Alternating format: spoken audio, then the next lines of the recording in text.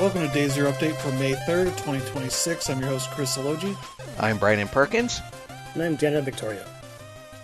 And yeah, we've got a big week of news here as we have a bunch of stuff coming out in the near future, including a big piece of hardware out of Valve, along with a bunch of other stuff getting announced, and some interesting industry news, especially some studios that are laying people off or shutting down. We'll get to that stuff here in a bit. But before we do that, we'll talk about what we've been playing, and I'll kick it off here. I've been playing some Saros, the newest Housemarque game that is on PS5, and yeah, I am really liking this. It's pretty similar to Returnal, especially in UI. The kind of UI stuff is very similar to what Returnal had. That kind of lets you learn a bit more about the some of the more specific things, as well as keeping track of the notes and voice voice things and all that you're collecting.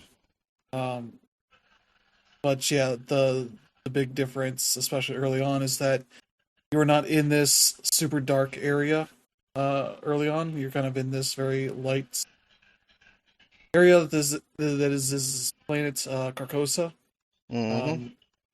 Or kind of the intro, you go through almost kind of like a Souls-like kind of intro where you face a boss.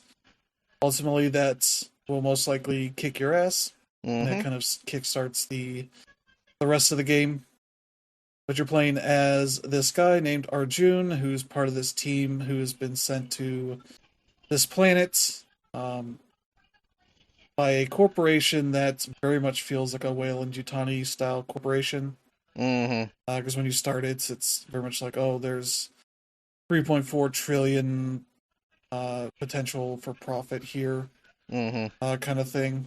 And you get the idea from a lot of the chatter from your team that they're not exactly thrilled to be here by this corporation's hand, especially kind of stranded a bit. So you're kind of dealing with exploring and figuring out like what's gone on here, what's going on with this planet, because a number of your people have either disappeared or died in the process of doing things here. So you're trying to figure out what's going on. And after I think your first official run, you run into the equivalent of like Mother from Alien. Which is this big computer that's called Primary, though it doesn't really, at least so far, has not been something that dictates what you're supposed to be doing. It's more of this station where you go to spend your currency for the sort of meta progression stuff for this roguelike. But yeah, control-wise, it is pretty similar with a lot of what it's got going on here. It's a big shooter. You got your mainly shooting with the right trigger. The left trigger is for your alt fire and your ultimate, depending on how far you're pulling down the trigger. It has the trigger feedback stuff that keeps it from going all the way down initially, but then you can pull it all the way down for your power shot. One of the new things is that you have a shield now that can absorb shots, a bunch of the shots. And luckily they have a bunch of good accessibility options, especially for all the various types of shots. You can change the colors. If you are colorblind, to think, colors that you can better see. Or you can sort of make it more obvious for certain types of shots that you want to know to avoid. Deal with that kind of stuff. And so, yeah, the early kind of progression for this so far has been that you kind of work your way through one area, then you go through this kind of eclipse thing in this building, and then that kind of sets you off on the second area, essentially, in like a more darker kind of sunset kind of vibes for this area, which is where I'm at right now, kind of dealing with the first boss that when I get some time I should be able to beat it pretty easily. because it is a boss that essentially has certain things going on with it that, um, in a funny way, it shows 3 health bars immediately. Obviously, you don't Mm-hmm. deal with all of them immediately because you need to work your way down the one. It goes through the progression into the second phase, and then from there you kind of see how much tougher it is. Then I've been into the third phase and died, so Mm-hmm. now I know kind of what all to expect from that. So just need to keep working my way through that. Uh, and That's kind of the limiting factor right now because if I die on that boss or on the way to it, the amount of the meta progression currency that's I think is called Lucenite instead of I think the one from Returnal was Obolite.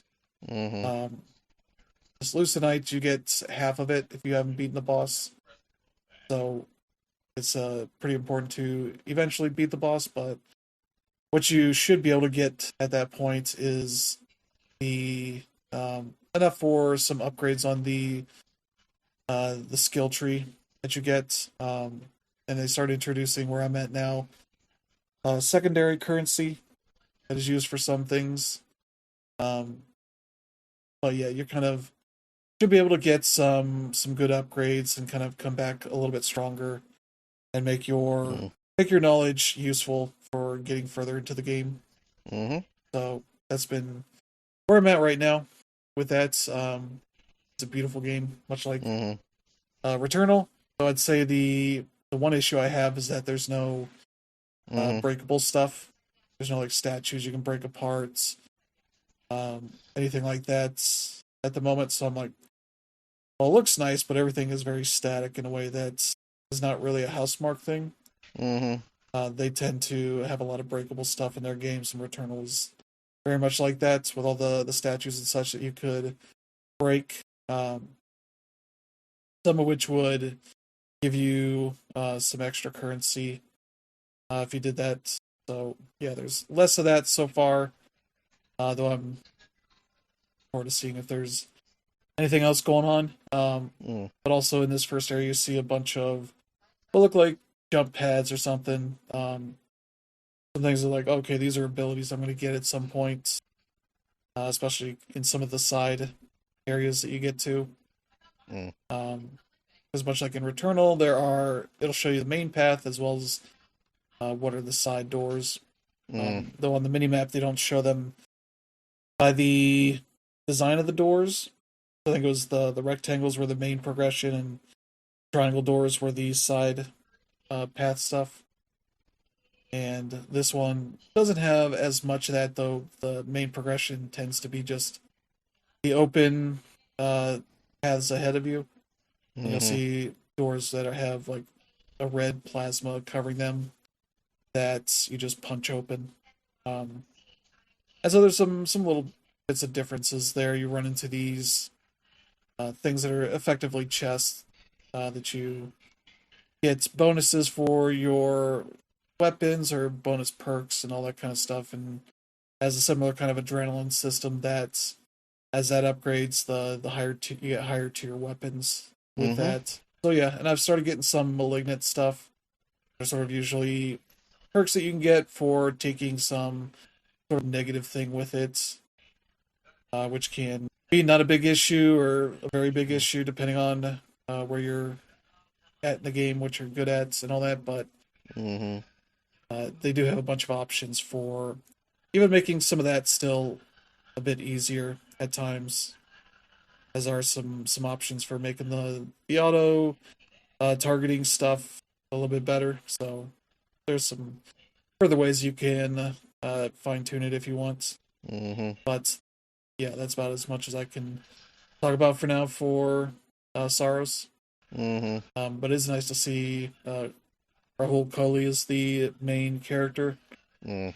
And it's nice to see, an Indian Brit, I guess, would be. They describe him as the lead for this type of game. Mm-hmm. 'Cause, yeah, you don't see too many of them. There's that.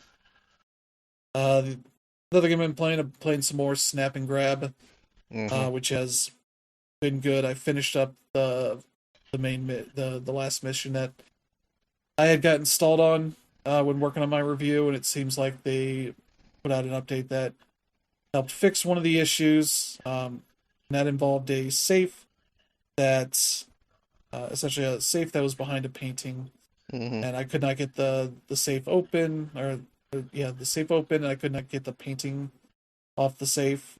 Um, and I also couldn't figure out the puzzle to unlock the safe. Mhm. So there was a couple things where it was me being dumb about it, and me and the game also kind of not working the way it should have. Mhm. Um, so I ended up getting a good hint for what exactly I was looking for Mhm. in solving that, and it involves these books that stick out on the bookshelf near the safe that um, I only saw two of them. One of them's hidden pretty well, Mhm.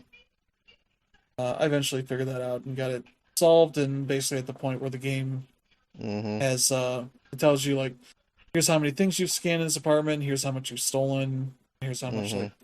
extra content you still have to do. So I still got some more stuff to do, but that's been that so far. I think the other issue I'm still having is that I cannot get the save to sync, so I might have to post in their bug forums and see if that might Mhm. be something that they can fix. Because I think the issue may be that the save file is too big and Steam Cloud falls apart Mhm. when trying to upload a large file like that. So yeah, that's Snap and Grab. Mhm. So we're worth checking out. Um, and Vampire Crawlers is the other game I've been playing a good bit of. I've been playing that on my Steam Deck, especially. Um, yeah, working my way through unlocking a bunch of stuff in that. Got some more achievements today. A lot of that Mhm. is a lot of the unlock uh, challenges are tied to achievements. So been getting a bunch of that, running through with different characters and seeing all the variants that they have on the way that Mhm. they control, and trying out some of the new areas I have unlocked and all the weird stuff those things can do. So yeah, not really too much to add there, but that's been pretty much what I've been doing. So how about you, Brandon? Oh, well, as for me, I'm still playing Splatoon 3. Um, and we're coming up on another era in a like I think this week where we're having another extra work thing happening where it's a part of like the Salmonid Run part of the game where um, the Salmonids get so numerous that they end up actually invading Splatsville, the city that the city that this particular game in the series takes place in, largely located in, or the hub world or whatever.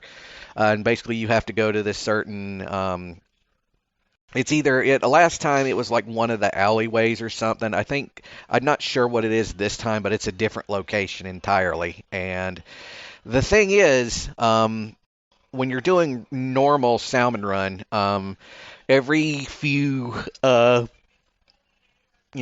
that you go in, the every few runs you'll end up having an extra wave where like this enormous giant like kaiju salmonid shows up, and you don't actually have to kill it in order to successfully finish that run, but if you do manage to kill it, you get like some huge bonuses out of it afterwards. But they're extremely tough. They're basically giant bullet sponges, and even if all four people are firing their weapons at them at once, it only does so much damage. So you have to go around and find the various boss salmonids that are roaming around at the same time and get their golden eggs that you then hurl at them, and that creates, it's a lot more damage. But the thing is, during the extra work sections, there's three of them. One of them comes out each time normally, but in the extra part, all three of them attack at once, and they're all very difficult to kill. So, yeah, but like I said, still love that game. That game is fantastic. Still excited for Splatoon Raiders when that eventually comes out. The other game I've been playing is a game that came out a couple years ago, originally on PC. I've been playing it on Switch. It's called Agatha Christie's Murder on the Orient Express. And what it does is it takes the original sort of story that, that Agatha Christie's original book, takes the plot and moves it into the present day. So the game came out in 2023. The game itself takes place in, I think 2022, if I remember correctly. Obviously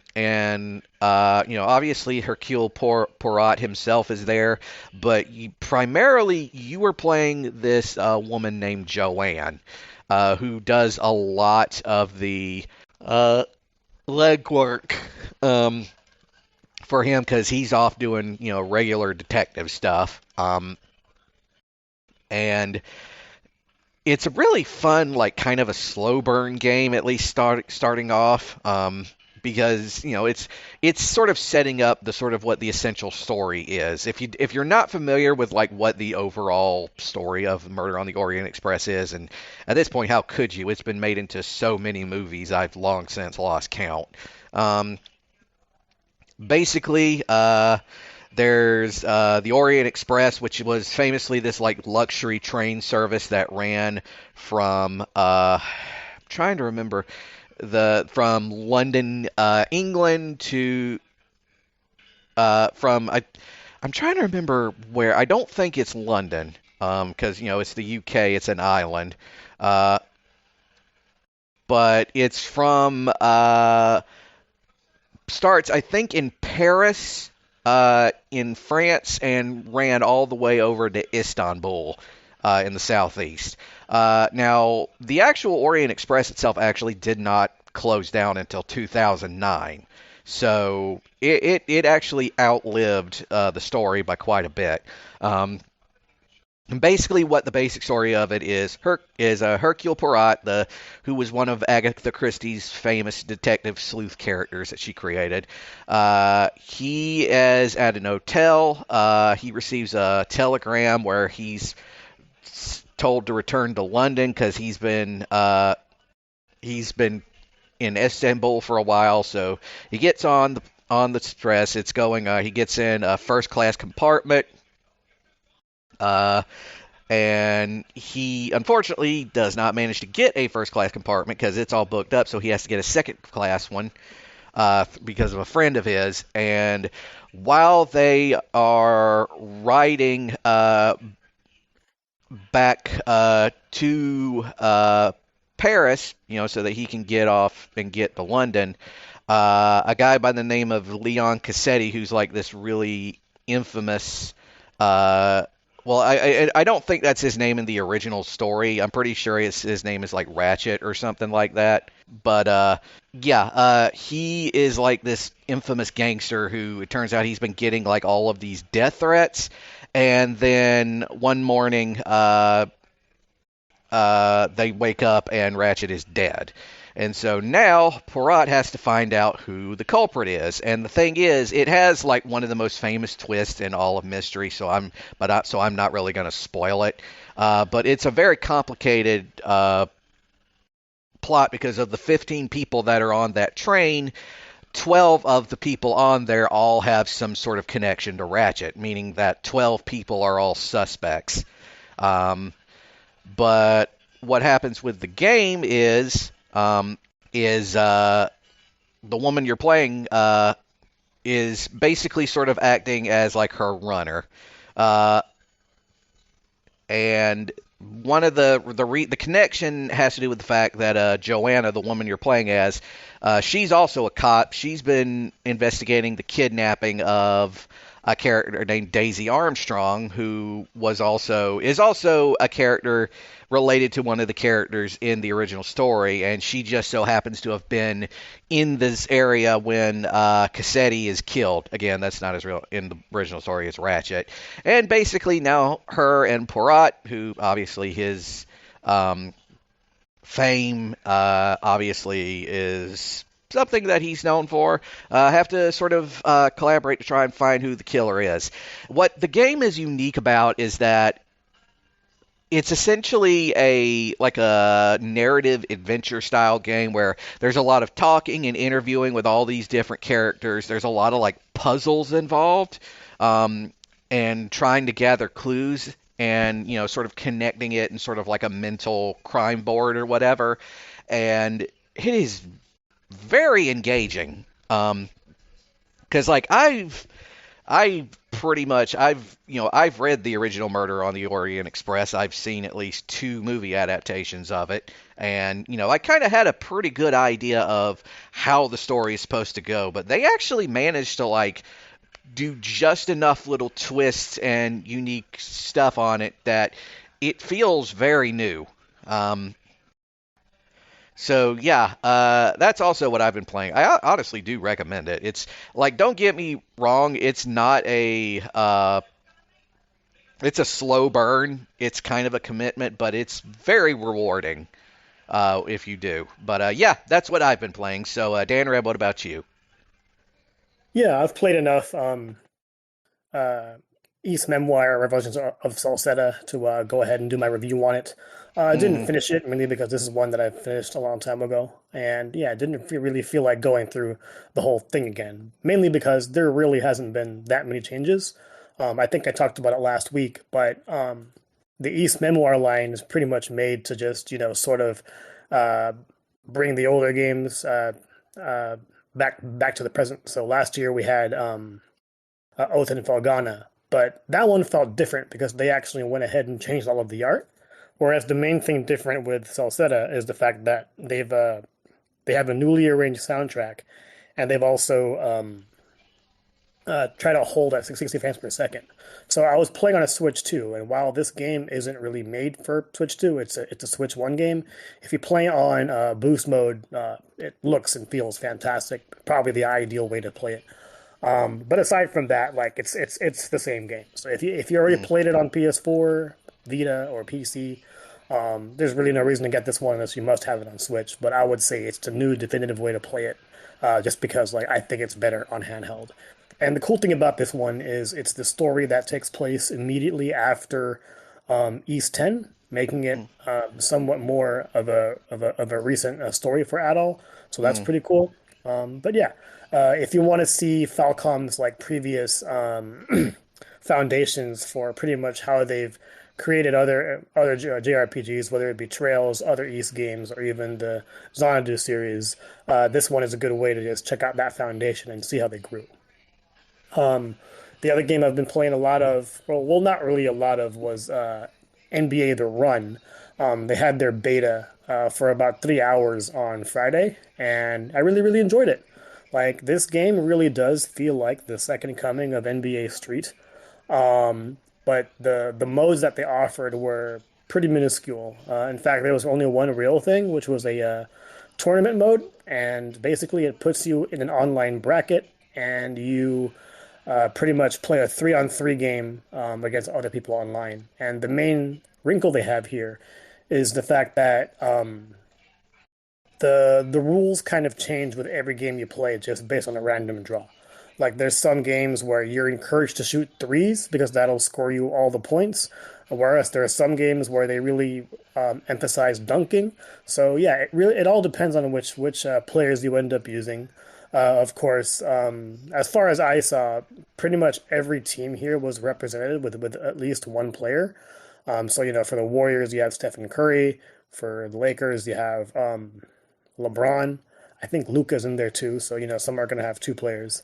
Obviously, some are more popular than others. But yeah, it was a pretty fun way to play. I never actually got through a whole tournament. I always lost for whatever reason. I'm a Golden Hmm. State Warriors fan, so I'm going to use Steph a lot. So I'm going to go ahead and be shooting from three. And the cool thing with Steph is that he had unlimited range. You can be shooting threes from the opposite side of the court and they'll still go in. So that's pretty cool. But it was frustrating because you're playing with other human online players and you're not actually communicating. So I was wide open a lot, but the ball would never be passed to me. So like whenever I actually got a chance with the ball, I ended up being a ball hog, which you don't want to play like that, especially when you want to try to win a team game. But it's the way it is sometimes. So I did play on Steam Deck. The game honestly isn't ready for it yet. The way the games start, it's kind of like dodgeball, where they have the ball in the middle of the court and you want to run and go get it, and then that determines the order of which you guys are going to be shooting.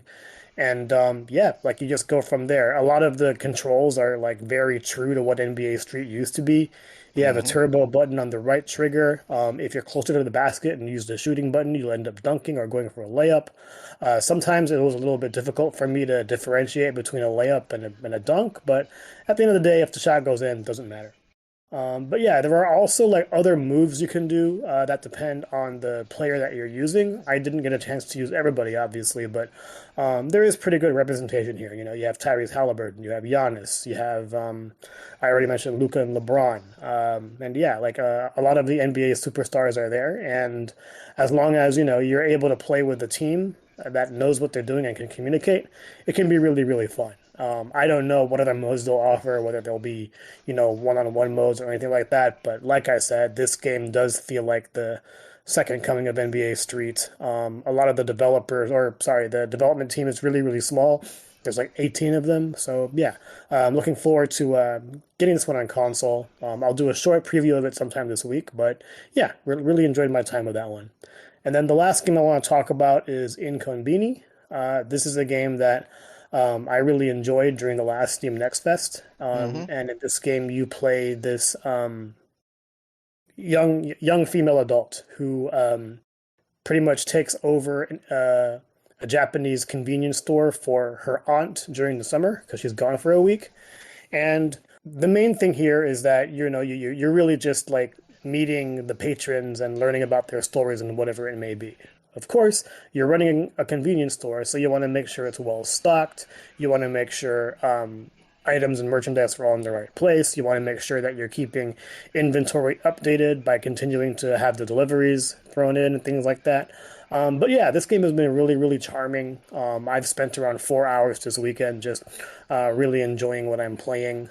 I remember when I was playing the demo, like I was worried because the first guest who walks into the store was like sort of criticizing the fact that bread was in the refrigerator section when they were supposed to be in the bakery section. And yeah, that was like something that I totally overlooked.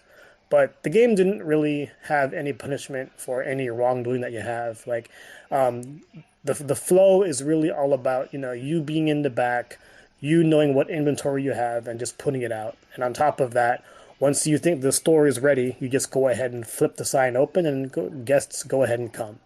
And while you'll be helping the guests find the groceries a lot, for the most part, it's really just listening to what they're up to and how they've really gotten along with the store's owner and whoever it may be. So if I were to really compare this to anything, it would really be to maybe Coffee Talk, because with Coffee Talk Hmm. you're really just listening to everybody that comes into the cafe while making them coffee. And with this, it's almost the same thing, except you're dealing with a grocery store, and it's a little bit more active because you're walking. Whereas with Coffee Talk, it's all just menus. This is a whole lot more than that, and yeah, I'm really enjoying it as a result. I don't know if this is a game that I'll be platinuming. It'll depend on if I can actually go back to certain days, because I think all of this takes place within the week. But yeah, Mm. I plan to have this game finished by this week, so hopefully we'll see a review by then. But also the game's on Xbox Game Pass, so if you do want to play the game there, that's an option as well. But yeah, that's about it for me. All right, so yeah, let's get to some news, and we have a new month. So there's new PlayStation Plus lineup for Essential for your monthly Mm. games with some interesting titles here. Hmm. For I guess the main one for PS5 and PS4 is EA Sports FC 26. Hmm. So if you need your football fix, you can check that one out. For PS5, we got Wu Chang Fallen Feathers. This is the Souls-like game Hmm. that we'll also talk about a little bit more in the later in the show, because there's some other stuff going on with this game. But yeah, you can check this one out. It's set in China during the Ming Dynasty, but it's got a lot of the fun kind of Souls-like stuff going on with I think some wuxia stuff as well. So that one's neat. And then for probably the hardest game here for the PS5 and PS4 is Nine Souls. This is a game that is very much described as 2D Sekiro. Yep. It is as tough as that sounds. So yeah, you're on a. It says you follow a vengeful hero on a quest to slay the Nine Souls. So you're gonna have lots of fun doing that. So that's your lineup for this month, and yeah, some good stuff there. Oh yeah. Anything you're looking forward there, Brandon? Not really, because I've already played all those. How about you, Dan? Yeah, for me, it's probably going to be Nine Souls. I've heard a lot about that one and never really gave it a chance. And now that's going to be... Definitely give it a chance. It's a good-ass game. Just be prepared to die a lot. Awesome. And that being said, I already know what Wu-Tang will offer, so I'll probably avoid that one. But yeah, Nine Souls was fun. So yeah, let's get to some things coming out in the near future, and particularly starting tomorrow, May 4th. The new Steam controller will be launching for $99. A very expensive controller. They're saying it'll be available to order starting at 10 a.m. Pacific time, 1 p.m. Eastern time. Yeah, so it's kind of adapting a lot of the control options that you have on a Steam Deck for, a bespoke controller, which probably should work pretty well, though those touchpads still look in an awkward place like they are in the Steam Deck, which always cause some issues at times where moving between the face buttons and the right stick and happen to slide on the corner of the touchpad and cause the camera to go nuts. On some games, I just disable it outright because I'm tired of constantly hitting that thing for that. So yeah, that's I think it should be pretty cool. I might wait for a good discount on that if that ever happens. But yeah, seems like this will have PMR thumbsticks, so it should be a little more able to resist the drift stuff there.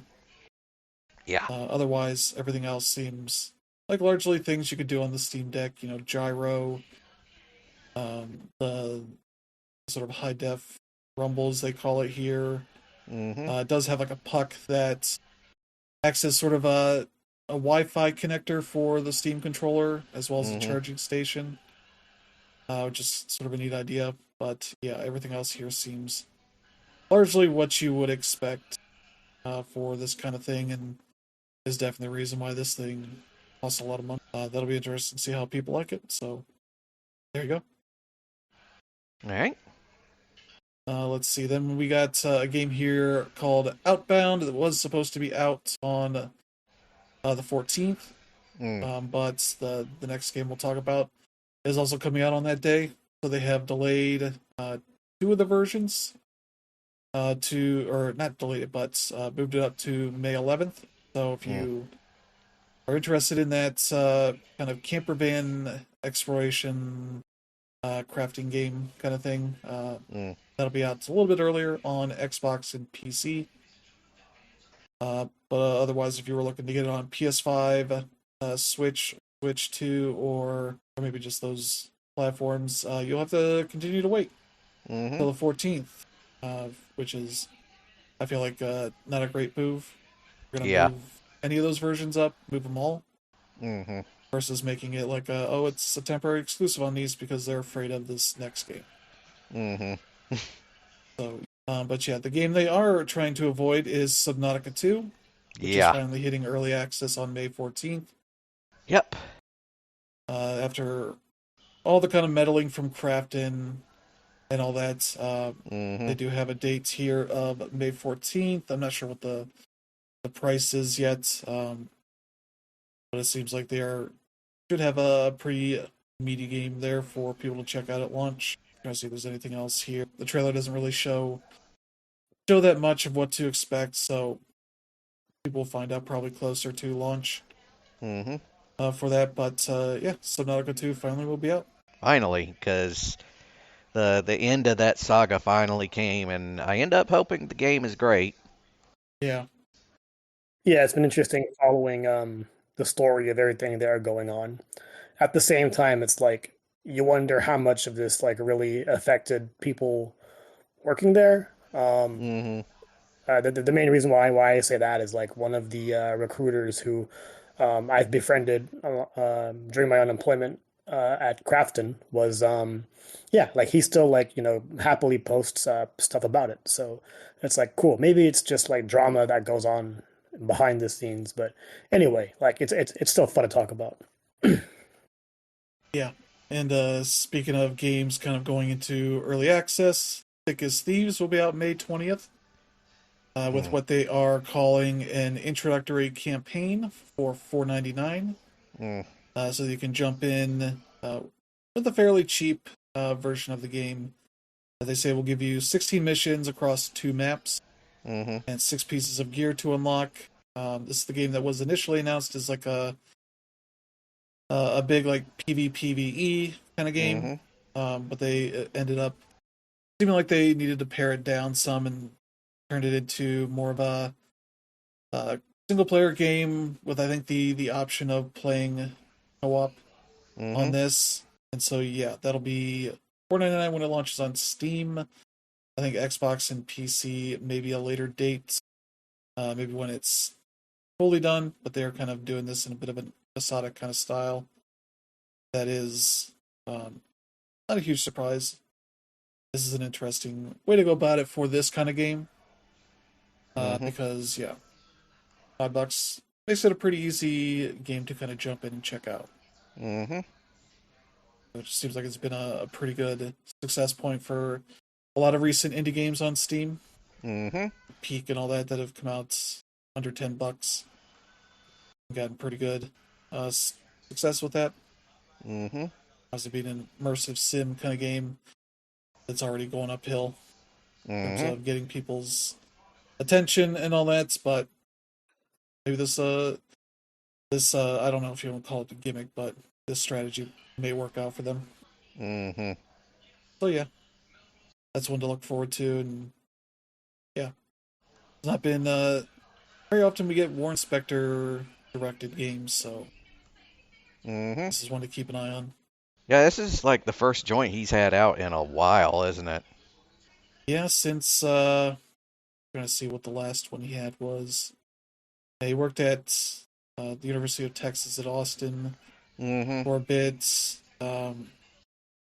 But yeah, kind of worked a little bit on System Shock 3 Mm-hmm. and maybe an Underworld game. Mm-hmm. That was sort of a successor to Ultimate Underworld, but I don't think he stayed there. Mm. But now he's there working on this other game. Yeah.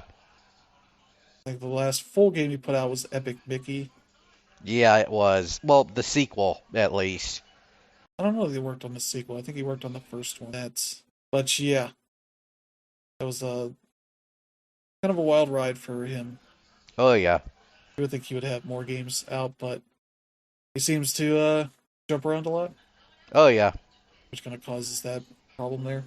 Mm-hmm. So yeah, there you go for that. And then yeah, as Danner talked about, NBA The Run's on the way. They seem like they want to get it out in June, Mm-hmm. which is pretty soon. Um, no specific date on this at the moment, but they say they are going to get it on PS5, Xbox, and PC in June. Mm. So we'll see. They had a closed beta test this past weekend, so Mm. maybe they'll have another one in the next few weeks. For now, that's kind of your look at that. Yeah, they say they got 3 modes coming at launch. There's knockout squads, knockout solos, and knockout friends. Mm-hmm. Which knockout friends is like a tournament mode Mm. where you can play by yourself or with friends against AI. Or they seem like they'll have the option to have all the teams be player controlled, Mm-hmm. up to 48 players. There's a lot of coordination there. Knockout solos. Yeah, you build your own team of 3. Go ahead against other players and their teams of 3. Then knockout squads is, yeah, just control your own squad, I guess. You control one player in the squad, fill out your team with friends, other players, and take on the competition. I don't know what the difference. There you go. That looks Mm-hmm. neat. Let's see. We got 2 more games here with dates. The Blood of Dawnwalker. Yeah. The game from former Witcher 3 and Cyberpunk developers. It Mm-hmm. seems like it's going to finally be coming out September 3rd. Yep. On PS5, Xbox, and PC. They put out a new trailer showing off some of the story stuff. Mm-hmm. Weirdly enough, I did see an article from Eurogamer that was them talking about AI. Mm-hmm. And they said they didn't have any AI generated content in the game, but they did use it in like early stages of development. I think it was something they talked with them about previously, so just kind of wanted to follow up. So there you go on that. Yep. That one looks interesting. It's kind of a vampire-ish kind of game, isn't it? Yeah, you're basically playing a vampire, more or less. In the middle of a fictional kingdom, and I think is supposed to be sometime in like 1400s Bohemia, I think. Yeah, something like that. And I immediately I was like, yep, I gotta play this. Like this is right up my alley. Yeah, they mentioned the Carpathian Mountains, so Yep. Ghostbusters. Mm-hmm. Gonna find Vigo there, Yeah. Gorge of Carpathia. Mm-hmm. So yeah, there you go. And then the last one here got spoiled a bit by the Steam page for the game, but Star Wars Galactic Racer is going to be out October 6th. That is the sort of Burnout-esque pod racing game from a team of former Burnout devs. So that makes a lot of sense.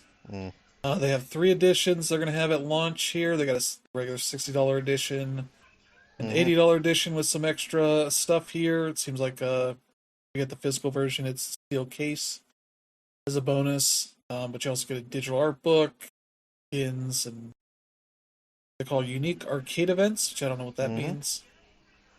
And then there's the collector's edition for $160. It gets you a land speeder physical model, a physical banner of the Galactic League champion Kestar Bull, as everybody knows. Pilot patches, a physical art book, steel case, and deluxe edition upgrades. So all the stuff from the deluxe edition. And so yeah, that could be neat. I did find it funny looking at the pre-order bonuses, which depending on which platform you're on, you get a blue one if you're going to buy the PS5 version. You get a green one if you're getting the Xbox version. You get a red one if you're getting the PC version. Like, oh, that's cute. We're still doing that stuff for pre-order bonuses. It's not like they're just color swapped. Not just like give them to all the people. But oh well. But there you go. Yeah, I haven't really been following this game since it was announced at the Game Awards, but when it was announced, I was like, okay, this looks cool, especially as a huge fan of Star Wars Episode 1 Racer. But I also didn't know that it was a Burnout-esque game. And, one of the reasons why it's rumored that EA won't do Burnout is because of the car manufacturers not wanting to see their cars damaged. But yeah, with Star Wars, there's no such rules. So I'm totally down for this. Totally. Yeah.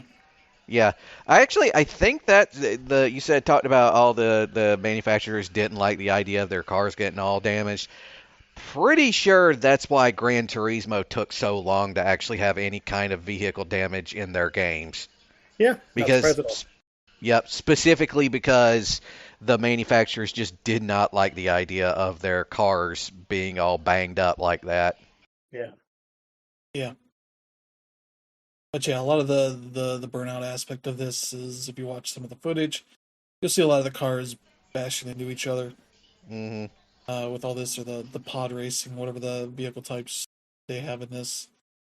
So yeah, it looks pretty cool. So that's one to look forward to for the fall. So yeah, that's your suite of games coming out here in the next few months. So anything you're looking forward to, Brandon? Well, the Blood Dawnwalker, obviously. That's a big one. Thick as Thieves looks interesting. I'll probably give that one a look. Subnautica 2, I definitely want to play when it comes out. Yeah, that's about it at the moment, anyway. How about you, Dan? Yeah, that's really the main one. We already talked about NBA The Run. I knew about Blood of Dawnwalker for a while, but it never really interested me. Yeah. So yeah, that's the stuff to look forward to. We did have some announcements here. And in light of the Star Wars holiday, that sucks. Power Wash Simulator 2 got their next DLC pack announced, the Star Wars pack. That'll be out this summer. It's not going to be out on May 4th. But it is based on the original trilogy. So it'll have, I think, 5 locations from those movies. It'll be a $10 pack instead of the usual 8. And I think the devs have mentioned that this is sort of a dream pack that they've been wanting to work on. So that's cool. So you're going to be taking the role of a droid called POW2, what they call a Class 5 cleaning droid. So yeah, they have screenshots of different jobs. One seems to be on the moisture farm, which makes me wonder if we're going to clean up the skeletons of the aunt and uncle. We got one that looks like, what is this? Is this? I don't know if that's. I don't think that's the bar. I think this might be the hangar.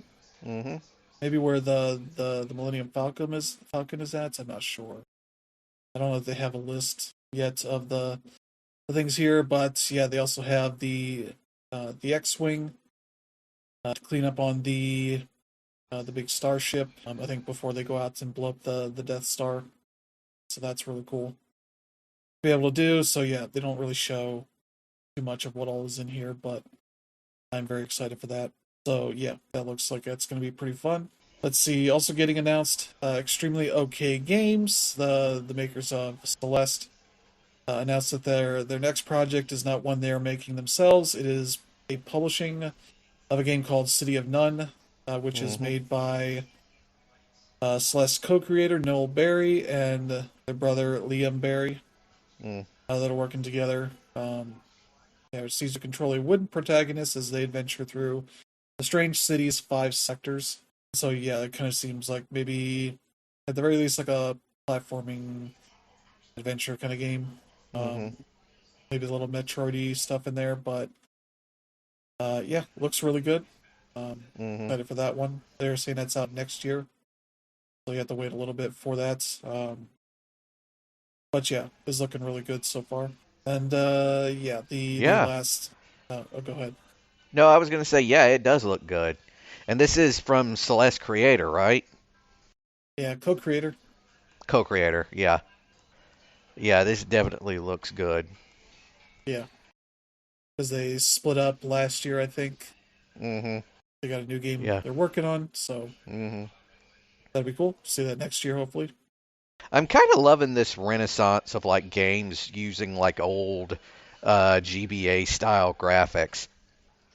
Yeah. Like this. I don't know why, or Game Boy Color. It just looks good.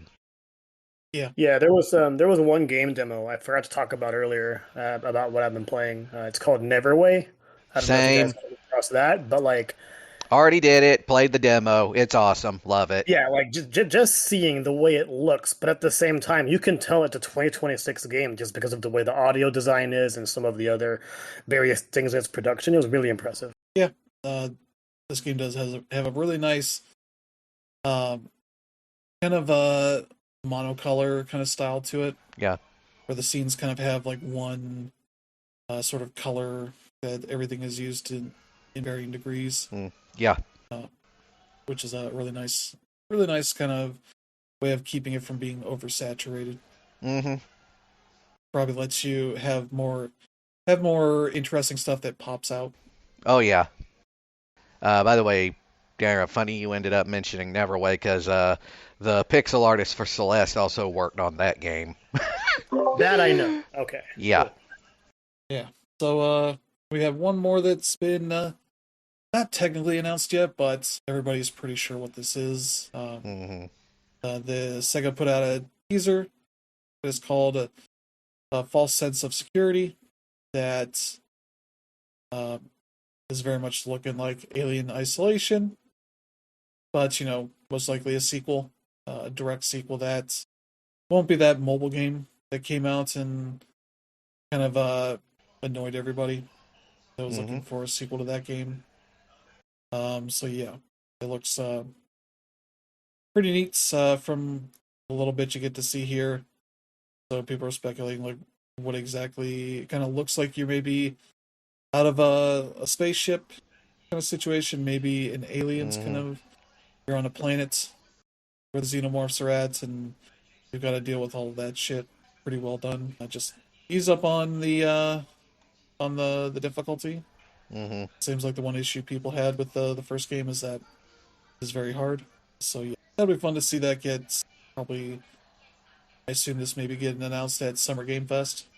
They're teasing it now. That might be a thing that then gets a full announcement in a month.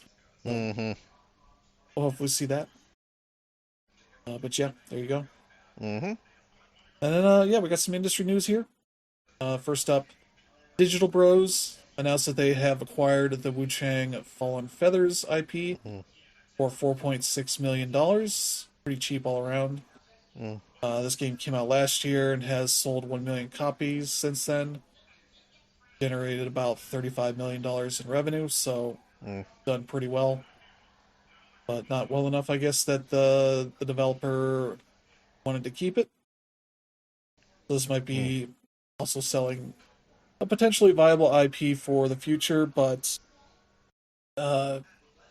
getting some money that can, fund whatever their next thing is. That may end up being the thing here. So yeah, that's neat news. Yeah, it's an interesting purchase, mainly because like games in that genre don't usually get sequels. They just continue to make things in the same style, but yeah, we'll see how that goes.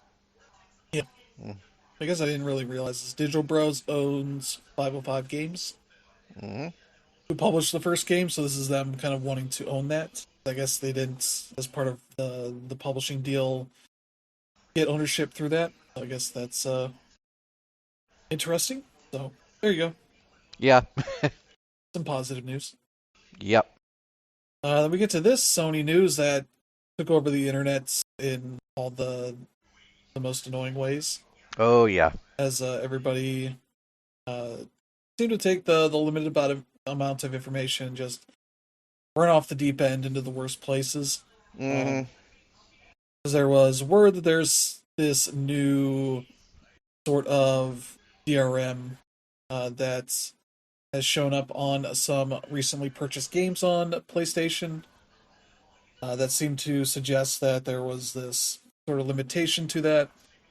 And the statement from Sony seemed to suggest this is a one-time online check required to confirm the game's license. I believe it's 15 days in. Essentially, you buy the game and it has like a license for 15 days.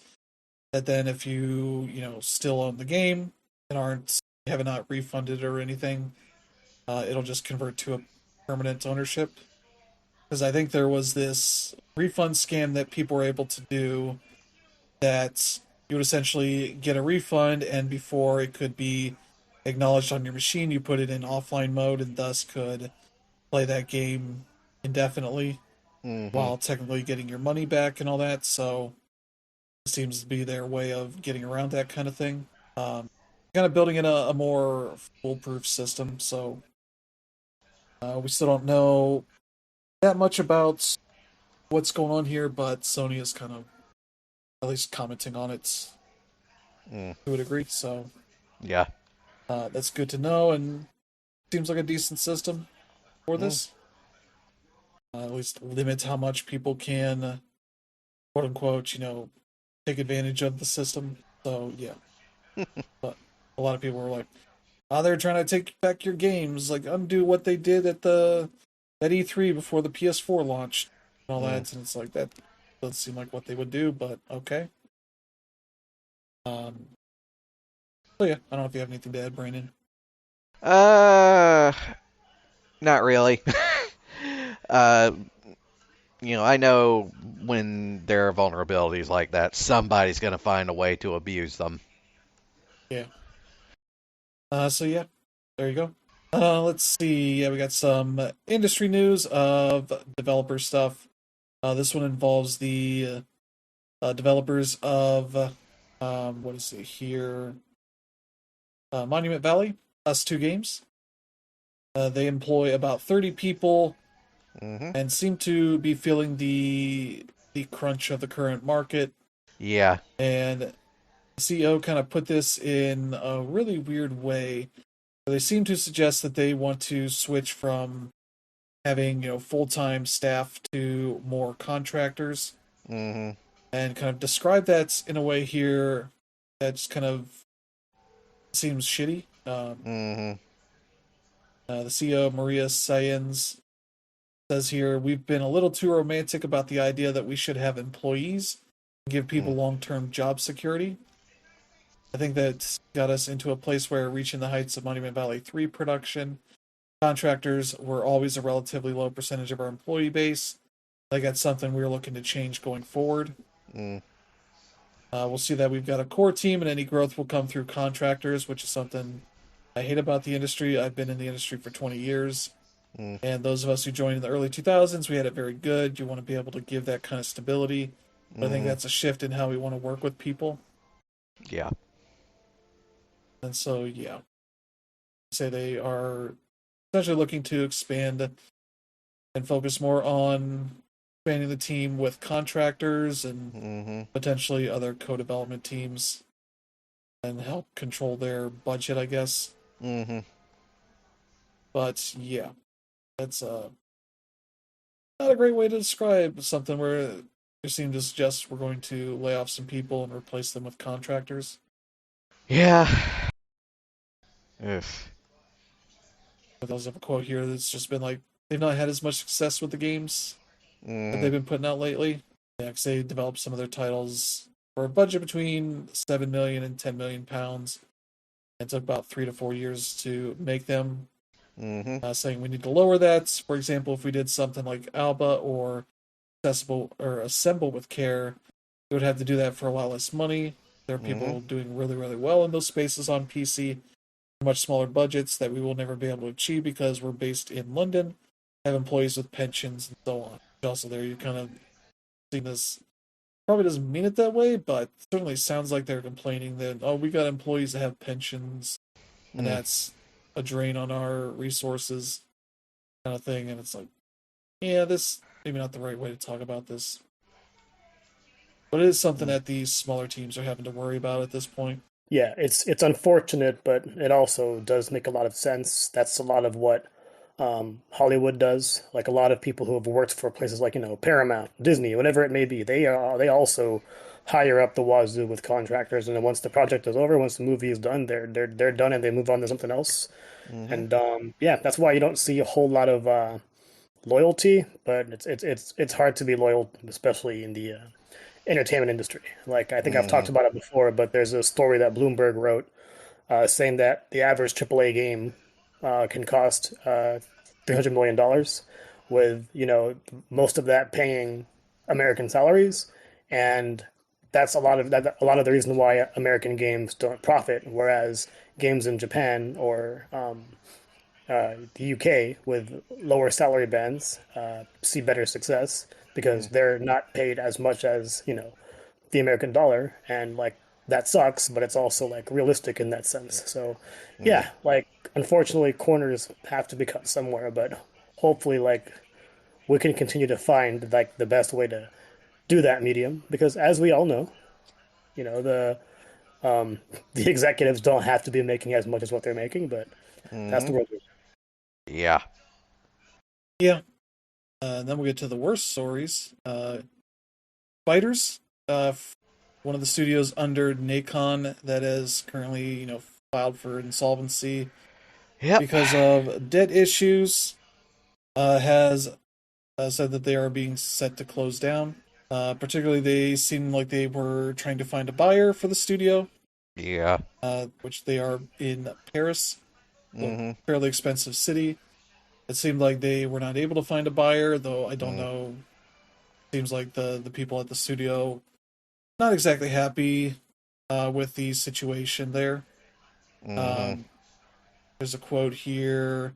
Let's see. Yeah, they confirmed the news that they're shutting down, apologizing for the silence over the past month, admitting that quote after a long period without clear answers, we have received confirmation that Spiders is being liquidated. Mm. What does it mean? This means the company as a whole no longer exists. We'll cease our functions immediately. The planned DLC, which is the DLC for Greedfall 2, Mm-hmm. will release via Nacon, and then, well, that's it. We're sorry it's come to this, and we'd like to thank each and every one of you for your support over the years. If you have any Mm. questions or run into issues with your games, please contact Nacon directly, as we'll no longer be able to reply. Yeah. Yeah. So it seems like this was. Seemed like they thought the shutdown was merely a formality, Mm-hmm. because they were kind of expecting this to happen Oh with yeah. with Nacon's troubles, Mm-hmm. who I think in this past week also announced that their showcase of other games that they have coming in the near future is going to happen this week. I think on the 7th. So Yeah.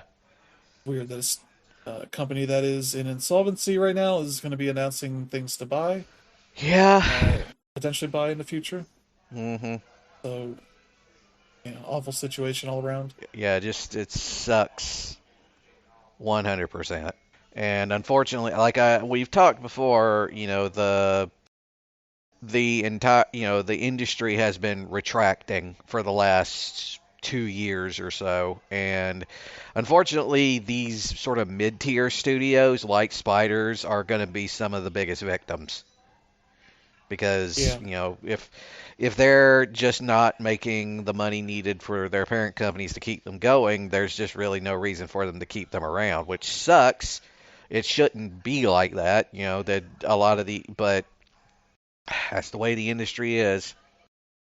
yeah, and they were a pretty promising studio, like one that was primed to have a breakout at some point, but Oh yeah. being owned by a company like Nacon that's has not really had any major successes, Mm, uh, was just kind of like able to keep them going on the same kind of trajectory they've been. So they end up paying for their money issues, get shut yeah, down, especially having just finished a game. Makes you more vulnerable to that stuff. That's unfortunate. very. And then last up here, we'll end with the VR developer Servios, who's made a bunch of big VR games, especially recently Alien Rogue Incursion last year, Mm-hmm. as well as like Creed Rise to Glory and a number of other games. I might look up what else they've worked on, but they have reportedly laid off the bulk of its development team. Mm, They seem to be in dire straits. Yeah, multiple employees have been posting on LinkedIn that they've been impacted by this round of job cuts.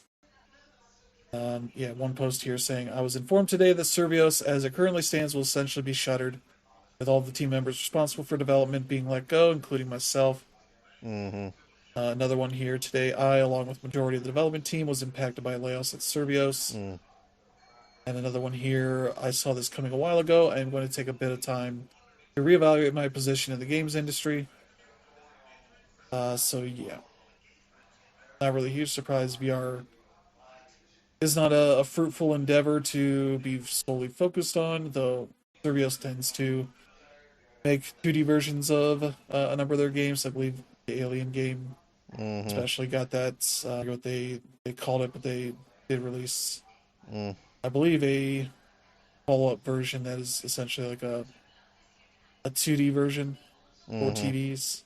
So yeah, that's a shame. Mm, A studio that's very talented. Yeah, they worked on Raw Data, which was one of the first early, really interesting VR games. mm-hmm. Sprint Vector, Electronauts, Free Rise to Glory, Battle Wake, The Walking Dead Onslaught, Mm-hmm. Puzzle Bobble VR, Vacation Odyssey, Big Rumble Boxing Creed Champions, and then Alien Rogue Incursion. And so, yeah, games that did pretty decently, but I would also say nothing that did incredibly well. to the point that keeps them going for the foreseeable future.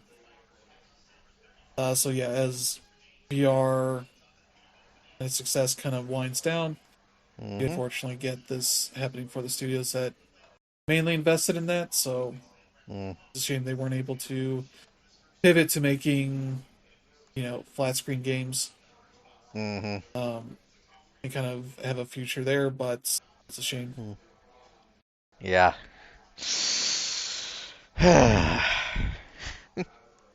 Yeah, as much as we say the industry is hard, VR is especially hard. So Yeah.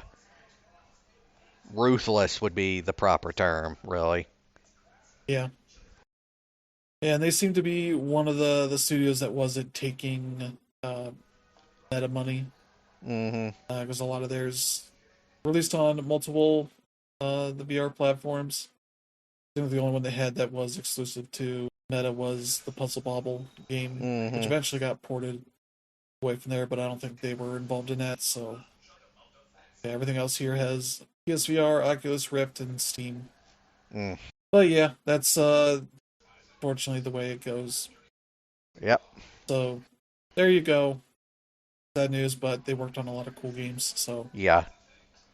but yeah, I think that's going to end up doing it for the show this week. Mm-hmm. Uh, Pretty brief show, but still a lot of things going on, and yeah, we've got a bunch of stuff happening here in May.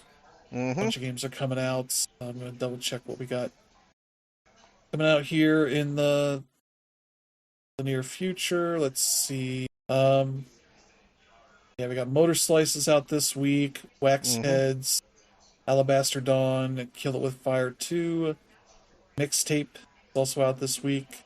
Mm-hmm. Those seem like the main games that are out. But yeah, that looks some interesting stuff there. Maybe Mina the Hollower will come out this month. Hope, hope. Yeah, Please, Yacht Club. I'm getting worried. well, they're apparently gold, so you got that. Yeah. yeah.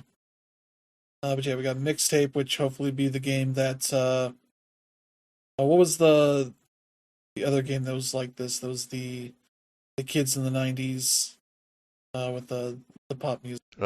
You mean Bloomin' Rage? Yeah, Oh, it is not like that at all. Trust me. No. well, I'm saying it's going to be a better game. It'll Hopefully, be yeah, it'll be infinitely better. Just the demo I played at Summer Game Fest for 15 minutes was better than that 6 hours. Trust Mm. me. yeah. So yeah, that looks like that'll be a fun time. But yeah, I think that's going to do it for the show this week. Mm-hmm. Thank you to Brandon and Danner for joining this week. Always. Yep. We'll be back next week with a new slate of news and things to talk about. If you enjoy the show, feel free to let friends and family know they should check it out, and select strangers that are also interested in games that are coming out. Yes. So yeah, thank you all for tuning in. We hope you have had a good time. We'll see you all next time. Have a good one. See Bye. you.